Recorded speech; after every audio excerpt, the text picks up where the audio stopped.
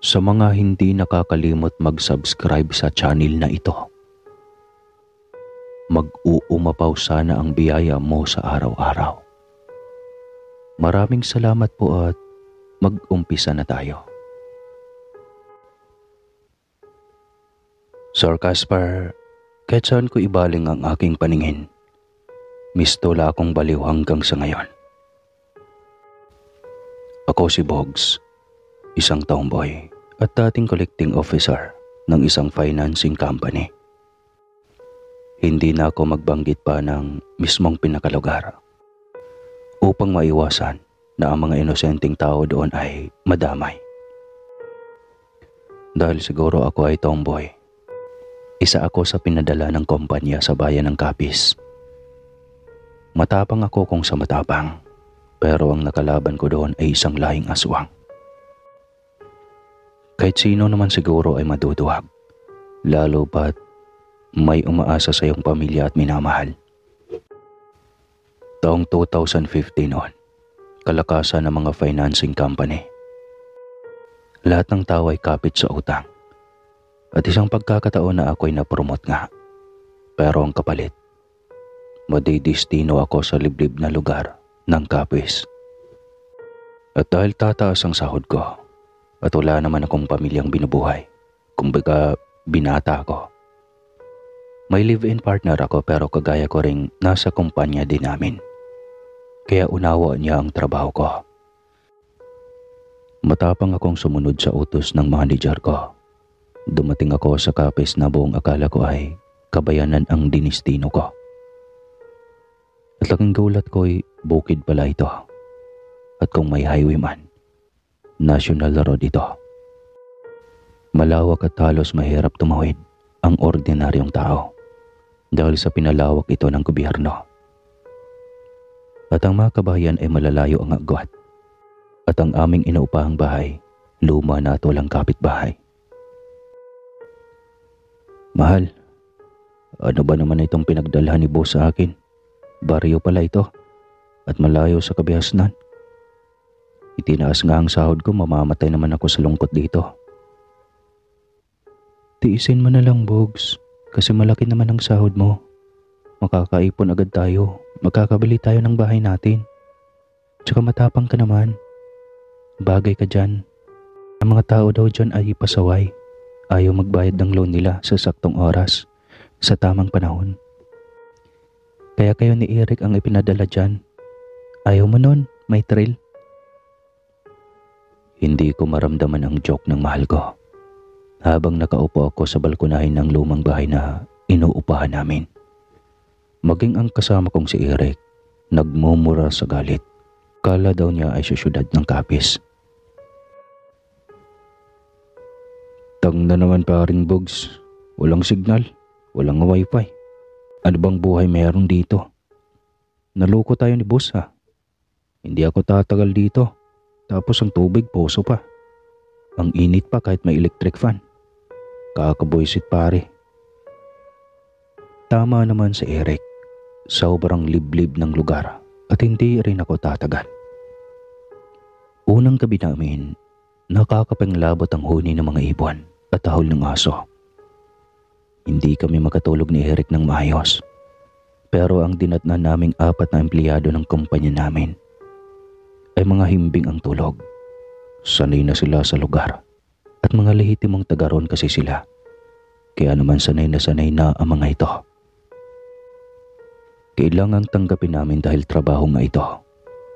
Pinag-uusapan namin ni paring Eric na sige, subukan namin.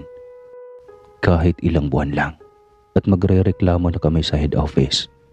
Pag ganun pa rin at hindi kami payagan alisin sa lugar na ito. Kinabukasan, nag-almusal lang kami ng kape at sakay kami ng service naming motor.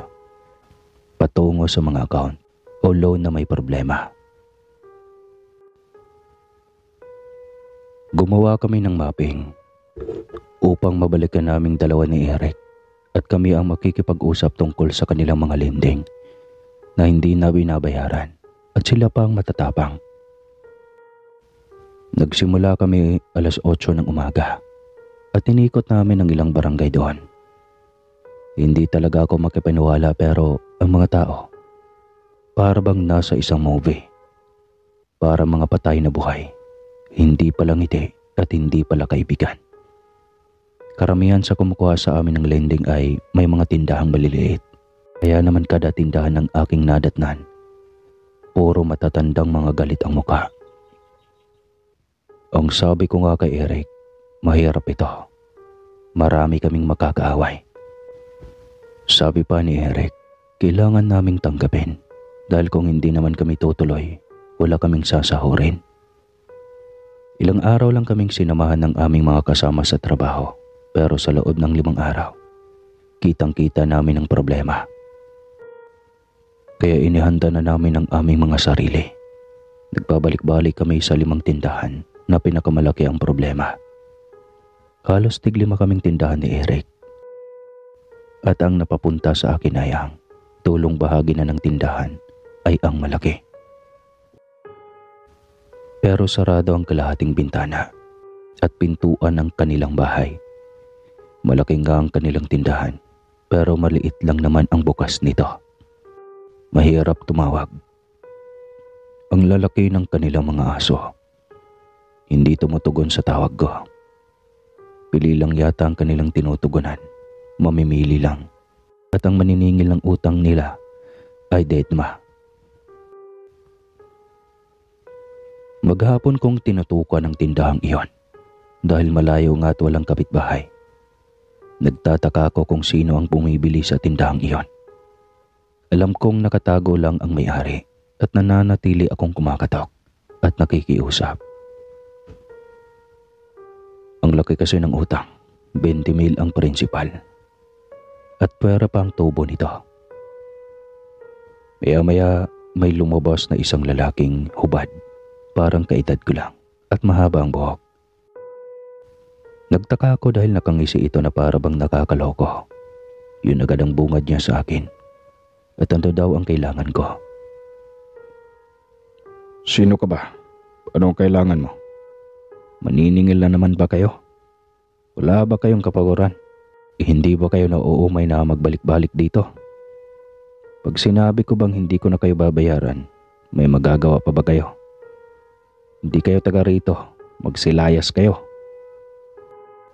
Sumagot ako ng malumanay at sinabi kong pumunta ako doon, hindi para makipag-away.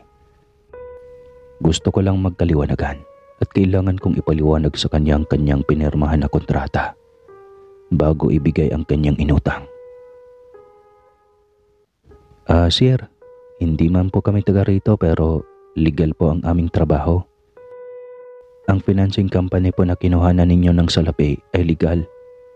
At kami po ay may permit, kaya oras na hindi po ninyo mabayaran.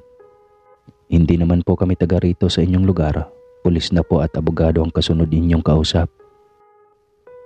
Kaya kung ayaw ninyo po ng problema, isitil nyo na po sa akin ang inyong balanse. At mahinahon po akong aalis at maghiwalay tayo ng maayos.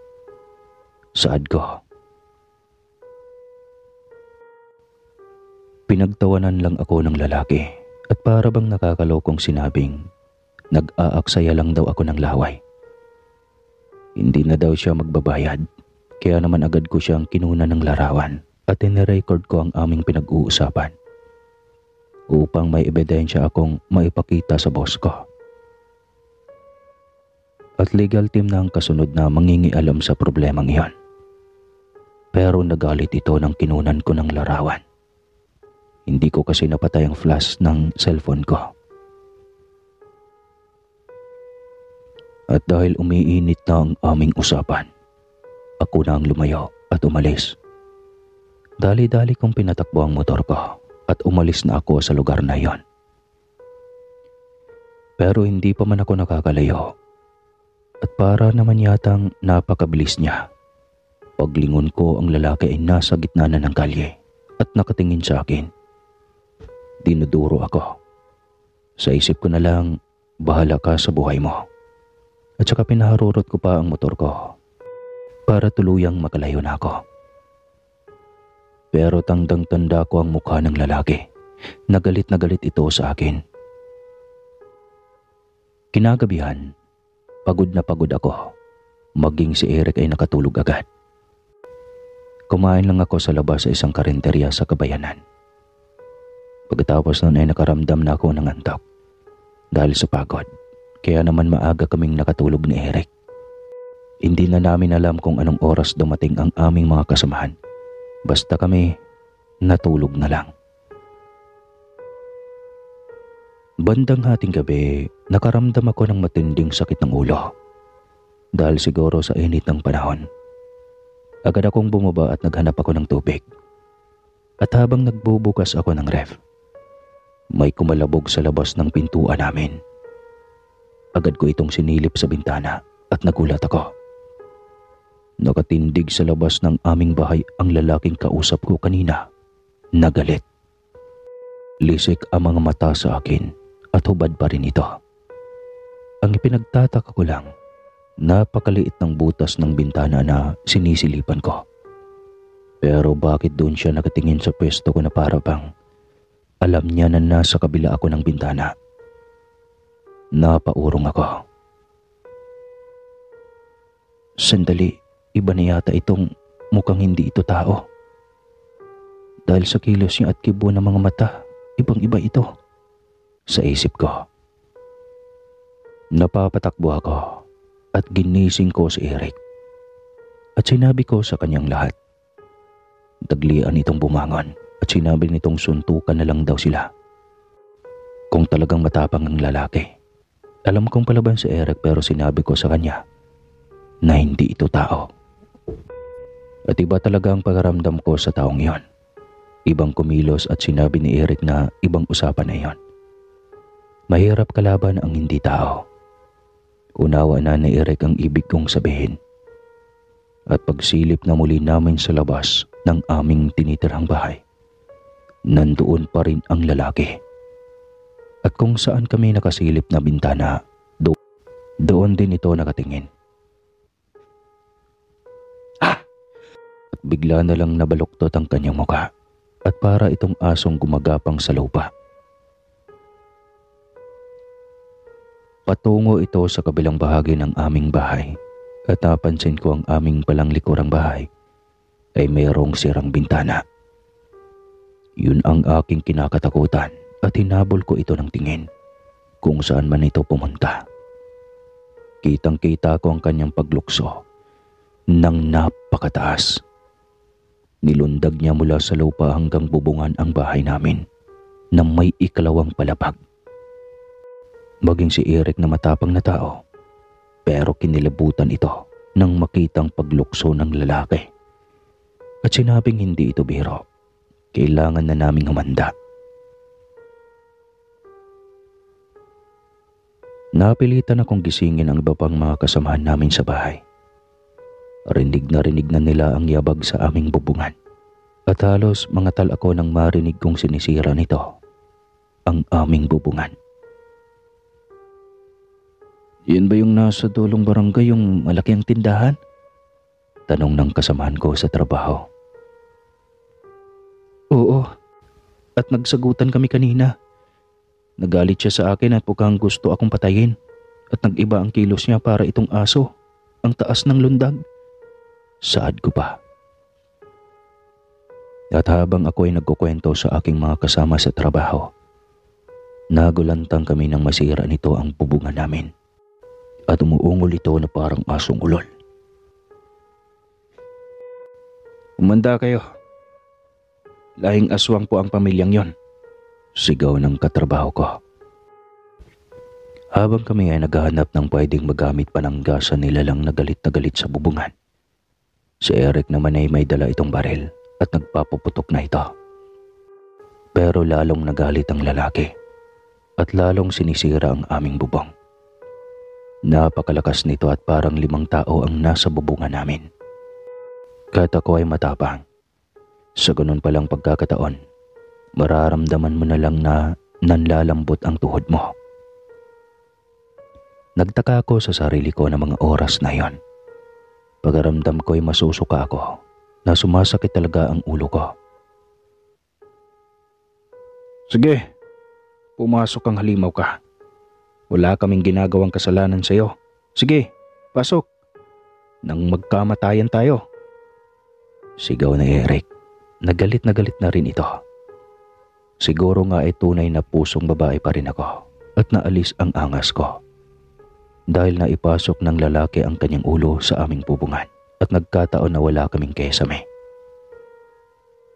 Doon na halos mahimatay ako dahil kitang-kita ko na humaba ang kanyang dila at maging ang buhok nito ay bigla ding humaba. Pulang-pula ang mga mata nito at tumutulo ang laway. Nagsigawan sa takot ang apat naming kasama sa bahay habang si Eric, inubos nito ang bala sa ulo ng lalaki. At habang nagkakarga ng bala si Eric, alam kong may tama ang mukha ng lalaki. Nakuha nitong alisin ang ulo niya at rinig na rinig ko ang yabag nito sa bubungan namin at muling lumukso sa lupa. Hindi na ako nakatayo pa sa aking pagkakasuksok sa dingding ng bahay namin. At si Eric ay nagmamadaling bumaba ng bahay. Hahabulin sana ang lalaki. Pero hindi na niya naabutan ang lalaki. Natulala na lamang kaming lahat sa nangyari. Paano kung walang dalang baril si Eric? Paano na kami? Kinabukasan, nakatingala lahat kami sa bubungan at iniisip na, paano niya na kayang tuklapin ang bubong ng yero gamit lamang ang kamay? Halimaw na aswang nga talaga ang lalaking iyon sa isip naming lahat. Agad kaming nag-report sa pulis at kinasuhan namin ang lalaki. Pero nang puntahan namin ang bahay ng lalaki, walang katao-tao. At ang malalaking aso na lang ang nananatiling nakasilip sa butas ng kanyang tindahan.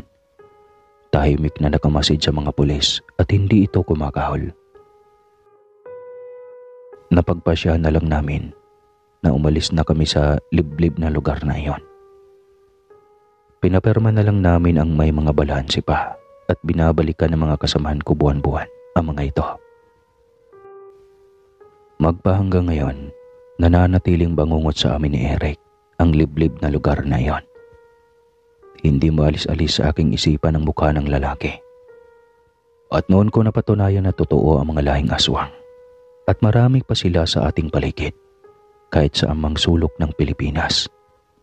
Kailangan nating mag-ingat at huwag nang makikipagtalo pa sa mga taong ramdam mong ang ora ay hindi ka giya-giya. Hanggang dito na lang po ang kwentong ito.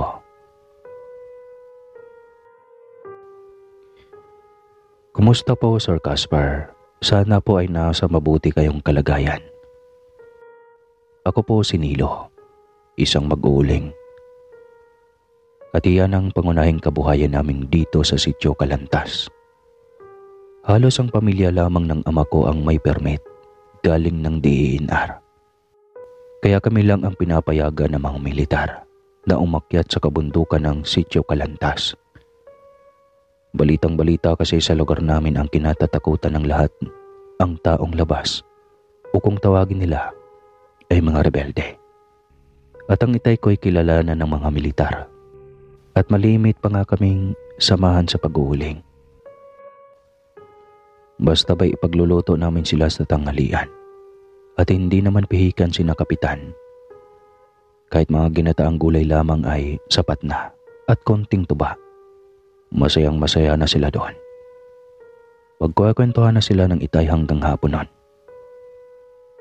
Mabait sa amin si kapitan, bukod sa kaibigan na niya ang itay. Para bang lagi niya kaming binabantayan. Hindi naman kami araw-araw nag-uuling, pero halos linggo-linggo kaming nasa bundok. Hindi namin alam ang pinagmula ni kapitan. Matagal na siyang naka-duty sa aming barangay. Basta't ang sinasabi niya ay tubong aklan daw ang pamilya niya. Iba't iba din ang kanyang nahawakan na platon. Iba't iba din ang kadahilanan kung bakit nawawala ang mga tauhan nito. May mga namamatay daw sa sakit at may mga namamatay din sa hindi maipaliwanag na karamdaman. Kitang-kita ko sa mga mata ng itay ang kasiyahan habang nagkukwentuhan sila ni kapitan. At ako naman ang naghahakot ng mga tuyong sanga upang itambak sa susunod na pagsasalang namin ng uling. Inahayaan ko na si Itay. Masaya na akong nakikinig sa kanilang halakakan habang nag-iistoryahan sila ni Kapitan. Ayaw ko nga itong pasamahin sa pag-uuling, kaya lang lalo daw siyang manghihina. 70 anyos na kasi ang tatay at rayuma ang daing nito sa araw-araw. Palipat-lipat kami ng lugar na pag-uulingan. Pero may lugar sa paanan ng bundok na ayaw ni Kapitan na lumapit kami doon. May kalaban daw sa liblib na yungib at bawal daw pag-usapan. Nilo, tandaan mo, baka makalimutan ng tatay mo. Huwag kayong dadayo sa liblib na lugar na iyon. Mapapahamak kayo. Ani Kapitan. Tatandaan ko po, Kapitan. Ilang ulit mo niyang sinabi sa amin, kaya memorya ko na po. Saad ko naman. At pagbalik ko nga sa aming pinag-uulingan, wala na ang Itay ko at hindi ko na matanaw. Nagsisigaw na ako at pilit kong tinatanaw ang Itay ko at umaakyat na ako sa taas ng puno para lang maabot ng tanaw ko ang Itay. Pero wala na talaga ito at hindi ko na matanaw pa. Hindi ako mapakali at agad din akong bumalik sa kagubatan. Halos lumapit na ako sa pinagbabawal na lugar. Makita lang ang Itay. At habang papalapit ako, natanaw ko ang Itay na nakaupo sa malaking bato. Hindi ako pwedeng magkamali. Ang Itay ko iyon. Hindi ko naman pwedeng sigawan ang Itay, kaya sinisigurado ko muna na walang ibang nilalang sa lugar na iyon. At laking gulat ko, si Kapitan ang kasama ng Itay sa yungib at nag-uusap sila. Hanggang pumasok na sila sa loob at habang lumalapit ako sa bukana ng yungib, nag-iiba na ang amoy ng paligid. Ang lansa naman, ano kayang ginagawa ni na Itay doon? At bakit sila pumapasok doon? Akala ko ba bawal at mapanganib sa lugar na ito? Sa isip ko naman. Hindi ako umalis sa aking pinagtataguan at isang mahinang daing ang aking naririnig. Napadami ng padami ang mga ungol na parabang nanggagaling sa dulo ng yungib. Nag-aalala na ako sa Itay ko at nagbalak na akong lumabas sa pinagtataguan ko. Nang may biglang gumapang sa batuhan na parabang isang malaking musang o kung tawagin namin dito sa lugar namin ay alimos. Isang matapang at mailap na malaking pusa na makikita lamang sa kagubatan. Pero napatitig ako. May kakaiba sa kanya at ang kanyang mga kamay at kilos ay parang sa mga tao. At ang kanyang mga matay nanlilisik at pilit inaamoy ang paligid. Diyos ko, sina Itay, bakang pahamak. May naninirahan palang halimaw sa yungib na ito. Bulong ko. Sa isang iglap, dumami sila at ang iba'y umuupo sa malalaking bato na parabang mga tao. Nangingilabot na ako at natatakot para sa Itay ko. At ang isang musang naaamoy na ang pinagtataguan ko. Nagdasal na lang ako at pumikit. Alam kong katapusan ko na ng mga oras na iyon. Dahang-dahang may umaamoy na babahong amoy. Alam kong lumalapit na sila sa akin. Nararamdaman ko na ang kanilang balahibo. Dumidikit na sila sa balat ko. Inihintay ko na lang na sakmalin nila ako at pagtulungang kainin. Wag! Hindi siya kalaban. Kaibigan sila pati ang kanyang ama. Boses iyon ni Kapitan. At agad akong tumayo at napatakbo. Kapitan, asan ang Itay? At bakit po sumusunod sila sa utos mo? Ano po bang nilalang sila? Tanong ko. Relax, Nilo. May lahing kiwig sila na namumuhay ng payapa dito sa liblib na yungib. Alaga sila ng pamahalaan at ako ang nagbabantay sa kanila. Hindi sila masama, Nilo. Tao din silang kagaya natin. May kakaiba lang sa kanilang dugo at hindi nila kasalanan iyon. Sila na lang ang nabubuhay sa lahi nila at ayaw ng pamahalaan na magambala sila dito. Anak, matagal ko nang alam ang lugar na ito at isa ako sa nakakaalam sa kanila bukod sa militar. Mababait sila anak at dahil alam mo na rin ang lihim nila, ingatan mong malaman ng ibang tao to ha. Saad naman ng tatay ko na biglang sumulpot. Kitang-kita ko ang dulo ng liblib ng yungib. Para silang isang baryo at ang kabilang paanan ng kabundukan, mga gulay at prutas ang tanim nila at may mga alagang hayop din. Kaya namin sila inalagaan nilo. Alam na mga rebelde ang lugar na ito at pinapatay sila o ninanakaw ang kanilang alagang hayop. Kaya pinag-utos ng nakakataas sa akin na kailangan kong bantayan ang lahing ito. Nanatiling ang daladala namin ng itay, ang lihim. At palagay ko'y sa kanila nakuha ni Kapitan ang kanyang anting-anting o talisman sa katawan. Kung mahina ang iyong pananalig sa Diyos, matatakot ka sa kanilang anyo.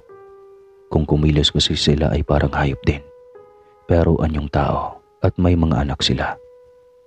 Mangmang man sila sa makabagong kaugalian, pero nananatili silang lumalaban dahil kukunti na lang ang kanilang lahi. Taong 1970 pa daw sila sa liblib na lugar na iyon. Kaya pala si Kapitan hindi pa makapag-retiro dahil sa kanila. Nilo, ang ilang kalalakihan sa kanila kasama kong lumulusob sa taas ng kabundukan. At sila ang aking mga mata laban sa mga rebelde. Mga kafgo sila Nilo. Sumasahod din sila sa gobyerno. Kapalit ang pagkain. Dagdag pa ni Kapitan. Hindi daw baril ang gamit ng mga ito pag sumusugod sa kuta ng mga rebelde, kundi ang pangil at mga kukong may laso ng panglaban nila. Galit din daw sila sa mga rebelde dahil marami na daw ang napapatay ng mga ito sa lahi nila. Patuloy nga kaming nag-uuling sa lugar at natutunan ko na silang maging kaibigan. May ilang kaedad ko ang nag-aabot ng mga kahoy at kasama ko na sila sa pamimiwas ng isda doon sa ilog. Sagrado ang kanilang pag-uorasyon Nilo, kaya wag mo silang gagambalain at iwasan mo silang tanungin. Igalang natin ang kanilang tradisyon. Ani pa ni Kapitan. Dumating naman sa buhay ko ang isang pagsubok. Namatay ang aking ina. At sa tindi ng lungkot, sumabay na din ang aking ama. Lahat naman ng tatlo kong kapatid ay pamilyado na. At ako naman ay matandang binata na. Nalungkot si Kapitan. Napamahal na daw kasi ang tatay sa kanya. Katang pinagtataka ko, bakit parang hindi natanda si Kapitan? Nahiya naman akong magtanong. Ako naman ay naging abala sa pag-uuling sa kabilang lugar ng bundok. At isang hapon, may malakas akong naririnig na sigawan at putukan. Sa ganong senaryo, bawal kaming lumapit ng mga sibilyan. Buong akala ko'y may mga rebelding lumusob at sinalubong ito ng mga militar.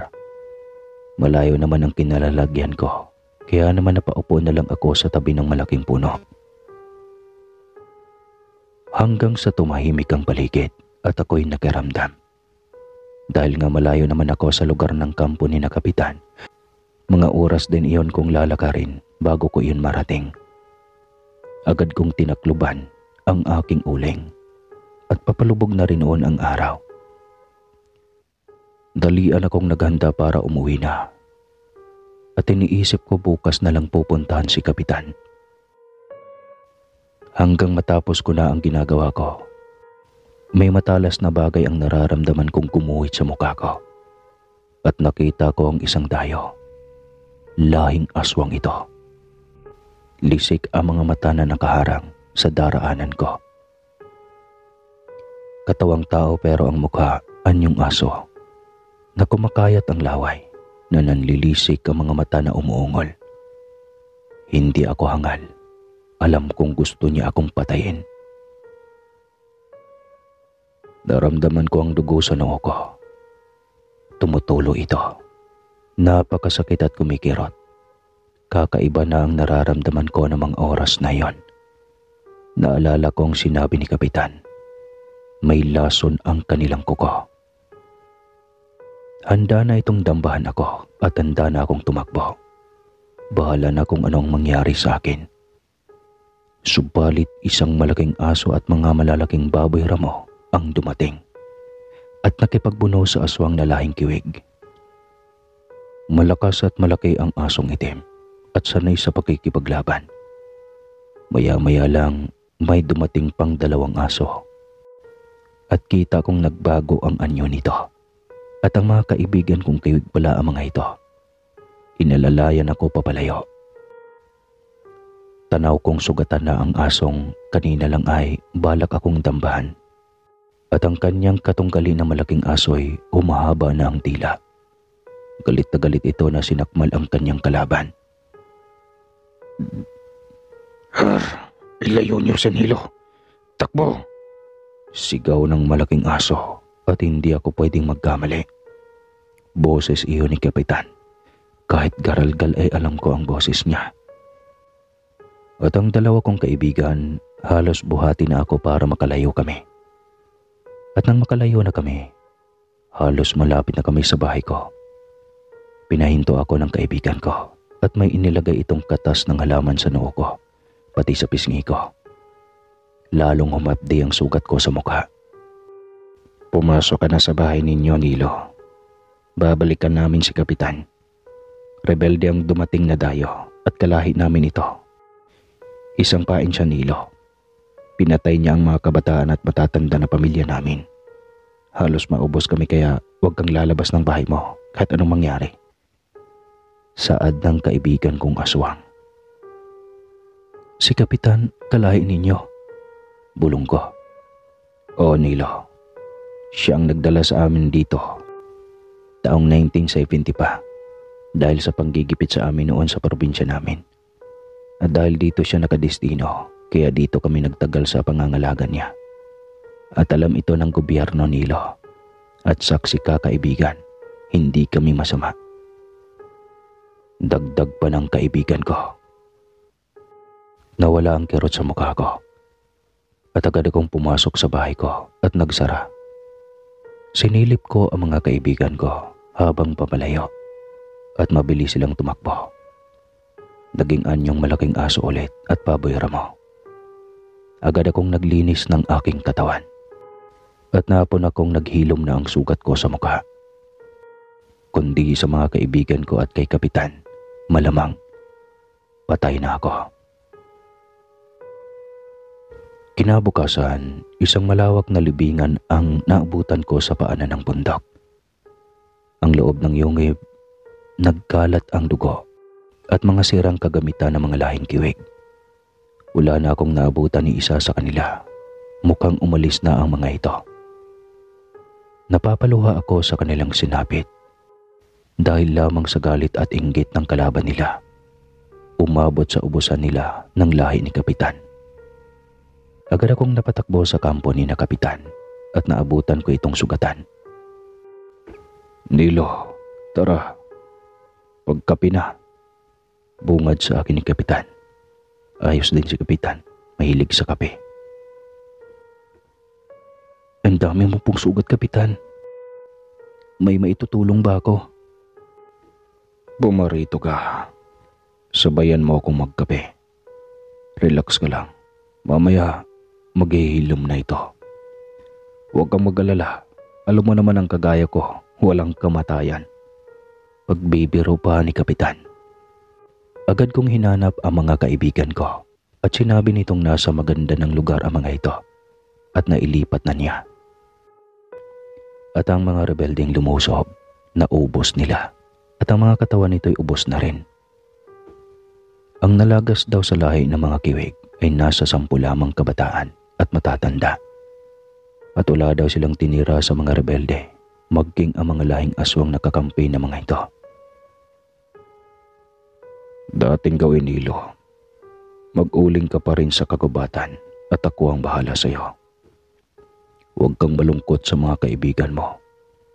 Mga isang araw, lalabas din sila at hahanapin ka nila, Nilo. Masanay ka na sa buhay namin. Ganito na kami hanggat nahinga pa kami. At binibigyan pa ng buhay ng lumikha. Nakasanayan ko na nga ang lahat. Patuloy akong nag-uuling hanggang ngayon. At ang aking mga kaibigan, nakita ko na lang na may malalaking aso at baboy ramo sa kagubatan at tinatawag ang aking pangalan. Masayang masaya ako. Ligtas nga sila. At inilipat lamang sila ni kapitan ng lugar sa kabilang parte ng paanan ng bundok na mas liblib at namumuhay na muli sila ng payapa. Magpahanggang ngayon, matanda na rin ako at ang pilat sa aking mukha ay ang palatandaan na may mabubuti akong kaibigan at mas tunay na tao kaysa pa nga kumpara sa mga kalahi kong normal na tao. Mula nga noon, ako na ang tagapagbantay ng lugar na ito, ang Sitio Calantas, at walang pwedeng pumasok sa lugar. Hanggat ako'y nabubuhay, mananatili akong tagabantay sa lihim ng aking mga kaibigan. Wakas.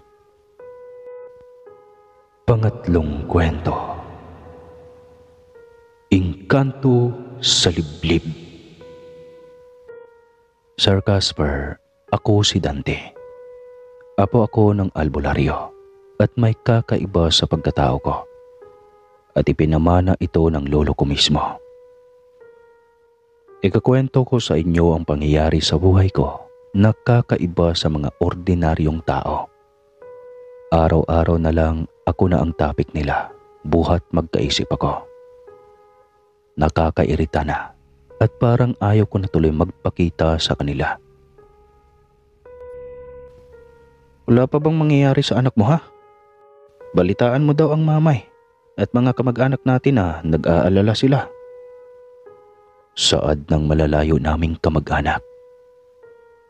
Wala pa naman. 10 taon pa lang si Dante. At baka naman pagdating sa tamang edad, tsaka ito mangyayari. Ako man ay nag-aalala na rin at lagi akong nakabantay sa kanya. Wika naman ng aking inay. Ayan na naman sila. Ako na naman ang pinag-uusapan. Adawang meron sa akin. Bukod sa malaki ang tenga ko kumpara sa mga kapatid ko at sa mga tao sa paligid ko, wala naman akong makitang kakaiba pa. Umaga, papasok na muli ako sa aking paaralan at tutuksohin na naman ako ng aking mga kaibigang walang ginawa kundi ako ang kanilang paglaruan. Dante, pasakay kami sa tenga mong kasing laki ng tenga ng elepante. Ewan ko sa inyo, ayun na naman kayo. Wala kayong makita kundi ang tenga ko. Sagot ko naman sa mga kaibigan at kababata ko. Mababait naman sila. Sadya lang na mapagbiro at ako lagi ang nakikita. Matapos naman ang biruan, kami naman ay magkakaibigan na ulit at baliwala na ang kantsawan. Pagbalik pag-aral na kami. Ewan ko nga ba, bakit nga ba malapad ang tenga ko at kakaiba sa mga kababata ko? Matagal ko nang tinatanong ang inay at ang isasagot lang naman sa akin ay, sa tamang panahon ko pa daw dapat malaman ang lahat. Pauwi na ako sa bahay noon nang may makasalubong akong 2 matandang lalaki. Sa una hindi ko pinansin ang mga ito at diretso lamang ang paglalakad ko. Subalit masama ang tingin nila sa akin at parang inalam nila ang pagkatao ko. Maya-maya pa ay sumusunod na sila sa akin. Kakaiba ang kanilang kasuotan, pangmatanda at sinauna ang kanilang mga bitbit na bag. Hindi naman ako nakaramdam ng takot dahil madaming tao naman sa barangay namin. Bata, sandali. May itatanong lang kami sa iyo. Bakit po? Kanina pa kayo sunod ng sunod. Wika ko. Ikaw ba ay apo ng albularyong si Julian? Kamukhang kamukha mo ang kaibigan namin. At bukod doon ay nakikita mo kami. At iisa ang hugis ng tenga niyo. Opo. Huling apo na po ako. Anak po ako ng bunsong anak ni Amang Julian. At opo, nakikita ko kayo. Bakit po ba? Pagtataka ko pa sa sinabi nila at medyo nanginginig na ako. Totoo naman talaga na nakikita ko sila at may mga nadaan namang tao sa highway. At hindi naman katakataka dahil matao talaga ang lugar na iyon. At ang likuran na ito ay patungo na sa bahay namin. Mahal na bathala na ipasa pala sa kanyang talisman. Kailangang malaman ito ni Apo Lakay. Huling winika ng matandang lalaki at biglang naglaho na sila sa kawalan. At hindi ko maipaliwanag ang nangyari nang maglaho sa harapan ko ang dalawang lalaki. Tingin ko ay mag-ama sila. Pagdating ko sa bahay, agad akong nagsisigaw sa inay at sinabi ko ang dalawang nakita ko na biglang naglaho na lang. Nako, ayan na naman sila at tama nga ang mga tiyan at tsuhin mo. Kagaya ka ng itay. Anak, sana maunawaan mo ang lahat. Ang alin ba, inay? Nakakalito naman kayo. Sa edad mo naman siguro ay mauunawaan mo na kami. Nasa tamang gulang ka na. Dapat mo na malaman, anak. Hindi lingid sa iyo na isang albularyo ang ama o lolo mo. At kahit bata ka pa noon nang mamatay ang itay, alam kong natandaan mo ang kanyang anyo at mahal na mahal ka niya. At dahil huling apo ka, ipinasa niya sa iyo ang talisman niya.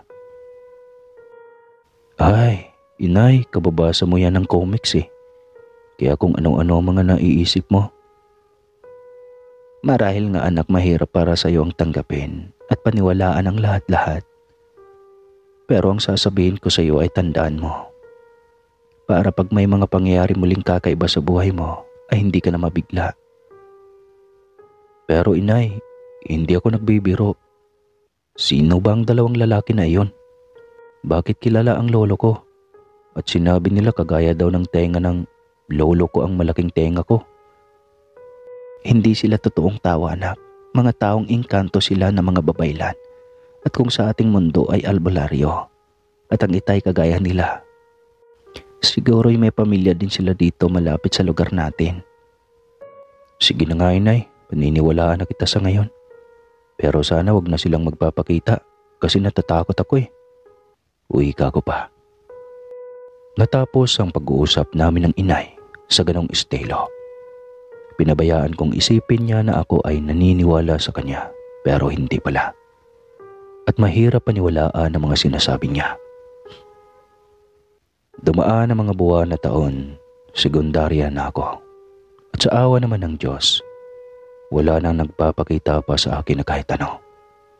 At napuna ko lang, mas lumalapad ang tenga ko kada taon at hindi na ako natutuwa. Pero habang nagkakaedad ako, may nararamdaman akong kakaiba sa katawan at tenga ko. May mga salita akong naririnig na hindi ko unawa ang mga kataga. At minsan, parang may mga nag-uusap sa likuran ko na talagang napakalapit sa akin. Pero pag lumingon naman ako ay wala naman akong nakikita. Ayaw ko nang magtanong sa inay at sa matatanda kong tiyuhin. Lalo akong nalilito at lalong natatakot sa mga sinasabi nila. At tandang-tanda ko pa naman, bakasyon. Nagbabantay ako ng palayan sa mga ibong makukulit. Malayo sa bahay namin ang lupaing iyon na taniman ng palay ng pamilya namin sa side ng inay. At halos nasa paanan na ng bundok. May baon akong pagkain at halos maghapon ako doon. At habang nakahiga ako sa ginawa kong duyan, kakakain ko pa lang ng tanghalian noon. Nang bigla akong nakarinig ng mga salitang hindi ko talaga maunawaan. Hindi naman Tagalog at hindi naman din Bisaya. Ha? Ano yun? Sino kayo? Hindi ko kayo makita. Saad ko. Ano? Asan ba kayo? Lintik. Sino ba kayo? Oo na, apo ako ni Julian. Ano naman ba ang sadya ninyo sa akin ha? Labas, nang makita ko kayo, mahirap ang hula. Walang ibang tao dito, ako lang, malalayo ang kabahayan dito. Ano ba kayo ha? Sigaw ko pa. Sumakit ang ulo ko at hindi ko talaga maunawaan. Hindi ba ako tao? Engkanto ba ako ha? Hindi ko talaga maunawaan. Pasensya na kayo. Bulong ko pa. Sa tamang panahon, kaibigan, maunawaan mo rin ang lahat. Babalikan kita. Ako si Asima. Wika ng isang bulong. At naglaho na ang mga mahiwagang tinig. May pakiramdam akong mababait naman sila. Siguro nga kung totoo man sila, marahil ay ginagabayan nila ako. Baka bili ng lolo ko. Hanggang sa dumating ang panahon, nag-anihan na at dumaan muli ang mga taon na hindi na ako nakapag-aral ng kolehiyo sa bayan. Dahil hindi na kaya ng inay ko. Matanda na ito. Matagal na din namang wala ang itay. Sanggol pa daw ako. Kaya noon, siya na ang nagtaguyod sa amin. At sa totoo lang ay naawa na rin ako sa nanay ko. Ilang taon ang hirapan na itong maglakad dahil sa rayuma. Pamilyado na din ang mga kapatid ko at ako naman ay, ewan ba, wala akong magustuhang babae. At hindi naman ako bakla, kaya kami na lang ng inay sa luma naming bahay. Ang kinikita namin sa palayan at gulayan, kasya lang sa aming pagkain ng inay sa araw-araw. Hanggang sa isang araw, narinig ko na dumaing ang inay sa kirot ng kanyang tuhod. Kaya sa awa ko, para bang gusto kong hilutin ito. At nagulat ako na umiinit ang kamay ko. Agad kong hinilot ang tuhod ng inay. Nagulat ako nang nagkukusa ang kamay ko at para bang alam na alam ko ang gagawin. Anak, Diyos ko, napakaginhawa naman. Ayan ang pamana ng lolo mo sa iyo. Alagaan mo yan anak dahil nananalaytay sa dugo mo ang dugo ng babaylan. Nawala na ang anak ang sakit. Salamat. Saad ng inay. At mula din noon, nagsimula na ako manggamot. Dante, salamat kundi sa'yo patay na ako. Grabe, ang laki ng kobra noon. Sumasalubong sa akin sa daan ng iyon, sabay tuklaw. Mabuti na lang at nakasalubong kita. At nangyari na nga ang lahat.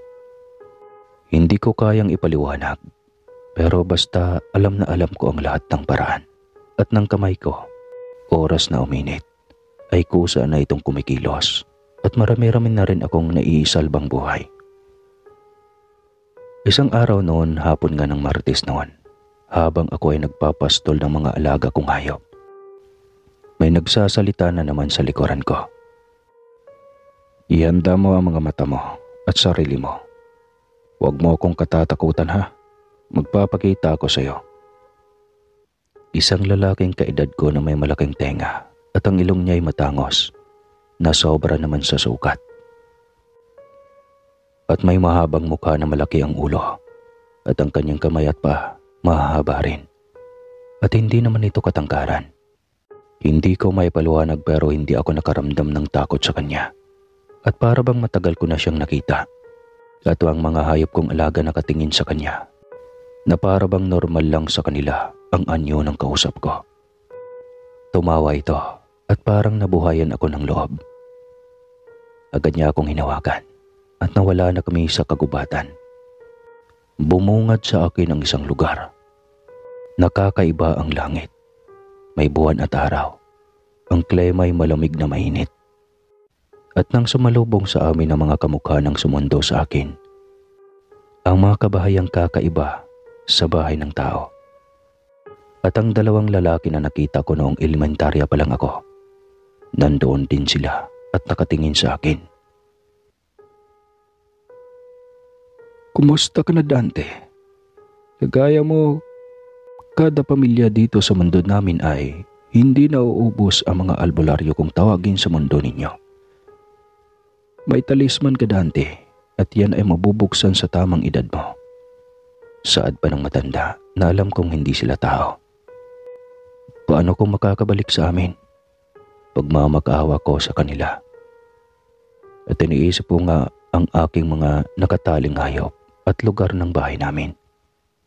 Bigla na lang akong nagising na nakahiga sa damuhan. At parang totoo ang aking panaginip. Nakaramdam pa ako ng saya. Para bang kagaya lang nila ako at okay na sa akin ang ganon. Kahit sa panaginip lang, nakikita ko sila. Umikot ang mundo ko sa panggagamot at lahat ng nagaganap sa buhay ko, ako lang ang nakakaalam. Maging ang inay ay pinaglihiman ko na dahil sa edad niya, ulyani na ito at ayaw ko pang mag-isip siya ng matindi. Maraming pagsubok pa ang dumating sa buhay ko. Dumating sa punto na nawala na ang inay ko at hinayaan ko na itong mamahinga. Malungkot akong namuhay mag-isa at ang tanging karamay ko lang ay ang kaibigan kong si Asima. Isang engkanto na laging nasa panaginip ko. Malimit akong nagbabalik-balik sa mundo nila at masaya akong kasama ang mga nilalang na ako lang ang nakakakita. Hindi na mabilang sa kamay ko ang mga nagamot at napagaling ko. Dinadayo pa rin ako galing sa iba't ibang lugar, maging sa ibang bansa. Nakakapagod pero kailangan kong tapusin ang misyon ko. Ang misyon ng pamilya kong walang katapusan at walang putol hanggat buo pa ang mundo ng mga tao. Sa kasalukuyan, may edad na rin ako at hindi pa nag-asawa. Ang misyon ko ang importante sa akin. At sa gabay ng aking mga kalahing engkanto at pamilya ko, nananatili akong gumagamot kahit maraming pagsubok at kalaban. Pero hindi ako papatalo. Maging sa mga lahi ng mga masasamang elemento at taong nananakit ng kapwa, kagaya ng mga mangkukulam. Sa ngayon, ang pinakagusto ko lang mangyari ay maging isang ganap na ermitanyo sa kagubatan ng aming lugar. Hanggang dito na lang po ang kwentong ito.